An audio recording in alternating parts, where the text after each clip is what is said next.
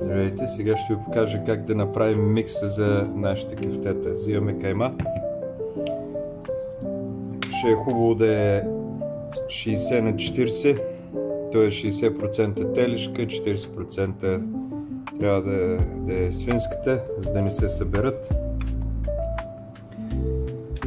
Кетчуп, около 2 лъжици. Worcester сос. Слагаме 2 лъжички. Съседите правят ремонт, няма проблем. Индийско орехче. Слагаме около щипка.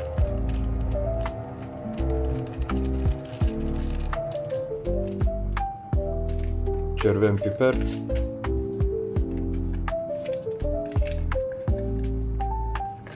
Слагаме около 1 чайна лъжичка.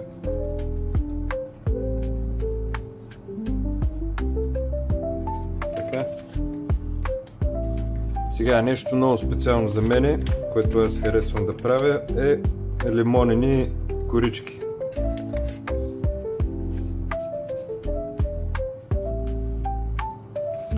Слагаме една щипка от тях. Самардала, около 1 чайна лъжичка самардала. Няма да слагаме сол, защото има вътре сол. Целина.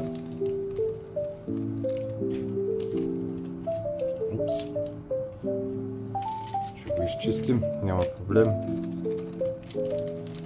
Магданос винаги слагам вътре.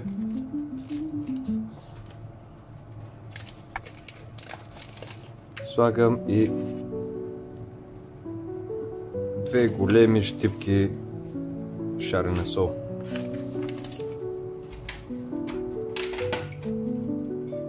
И вътре в нашата смес чукаме 1 яйце.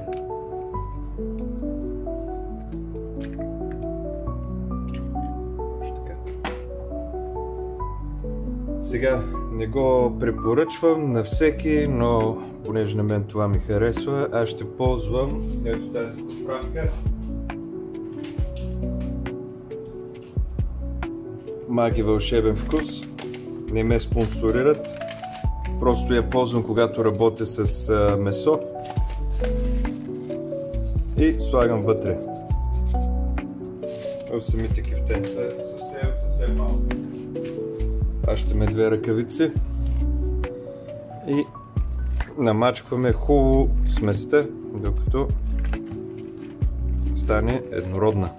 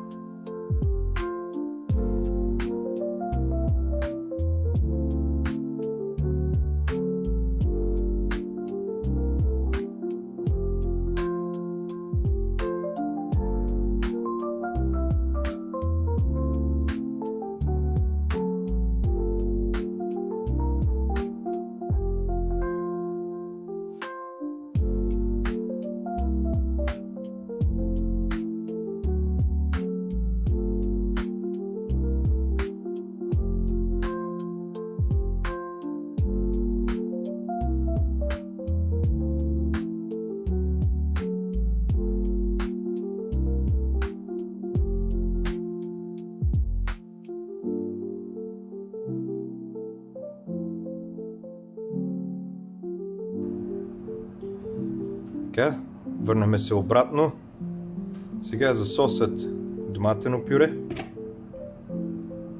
горчица, томати на купчета, 2 глави лук, морков, 2 скелетки чесън, кисели краставички. Ако са по-големи, могат да използвате 3, ако са по-манички, аз съм взел 5, ако не ги искате, може да не ги използвате изобщо. Сега, другият вариант да позасилим цвета на нашата манджа, ако използваме 1 до 2 лъжички кетчуп. В този случай аз няма да го използвам, защото ще разчитам на това, че доматеното пюре ще е достатъчно червено. Сега моркова ще го настържим, но преди това нека нарежем лука и чесъна. Предлагам ви да го нарежете така, както на вас най-много ще ви хареса.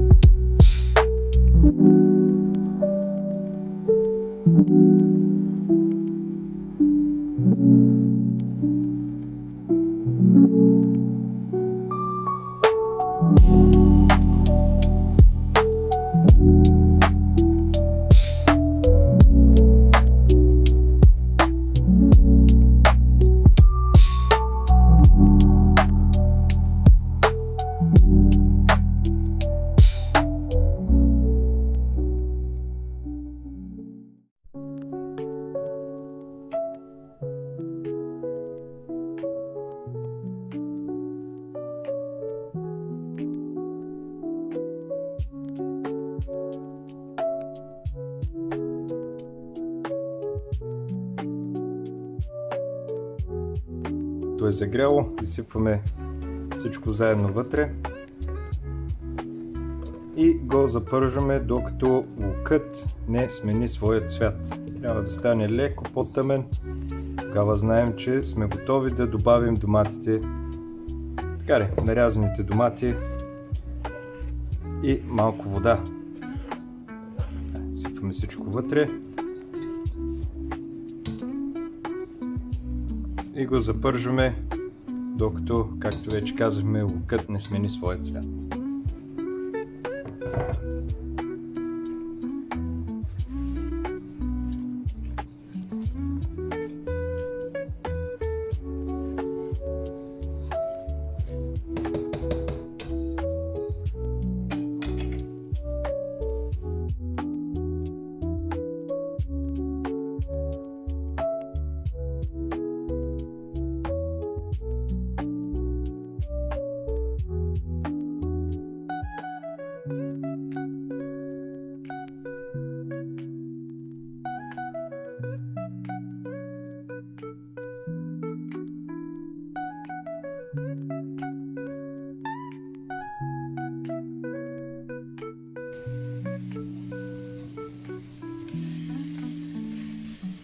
Добре, сега след като нашият лук е омекнал, сега вече можем да добавим томатите на купчета.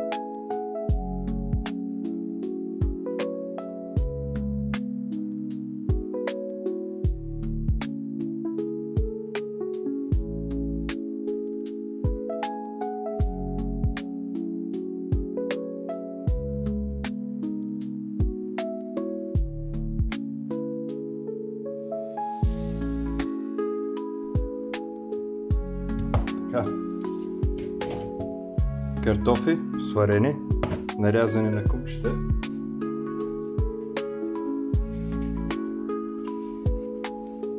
Лук, 2 скелетки чесън, магданос, копър, сол и черен пипер.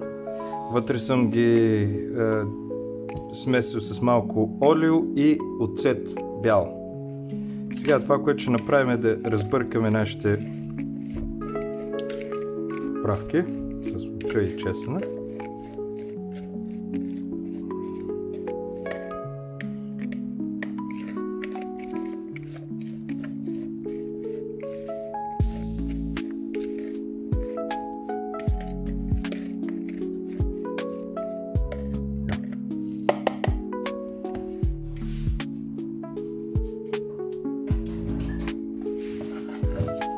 Докато картофките са още топлички, ще добавим нашия лук и чесън.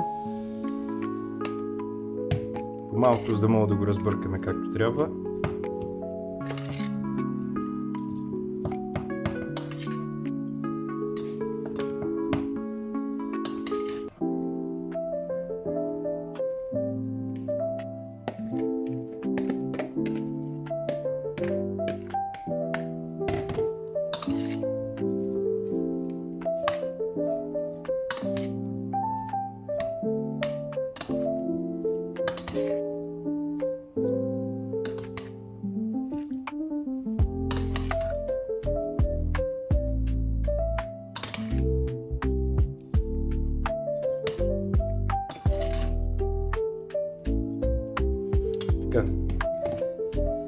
Сега така направена салатката не е в подходящ съд.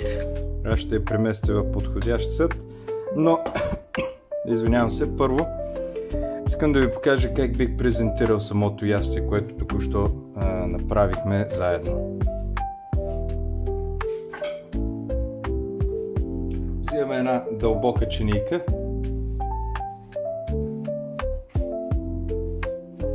Взимаме си сосът, който направихме малко по-рано. Ето го и него.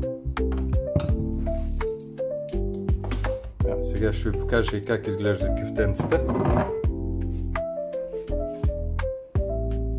Ето ги и нашите прекрасни изпечени кюфтенца. Нарочно не съм ги сложил вътре, защото аз предпочитам това да е отгоре, това да е отдолу, за да могат да се виждат всички елементи. Взимаме един черпак. Отгоре.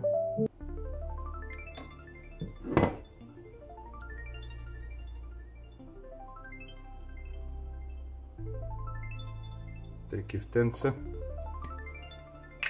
И поръсваме задължително с магданос.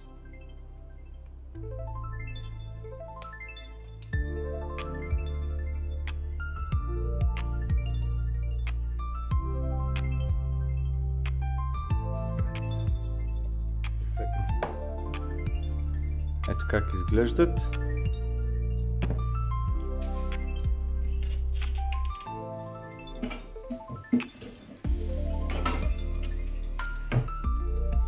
Сега ще сложим малко салатка отстрани. Може и да го направите в една чинийка. Това ще го оставя лично на вас. Ваш личен избор.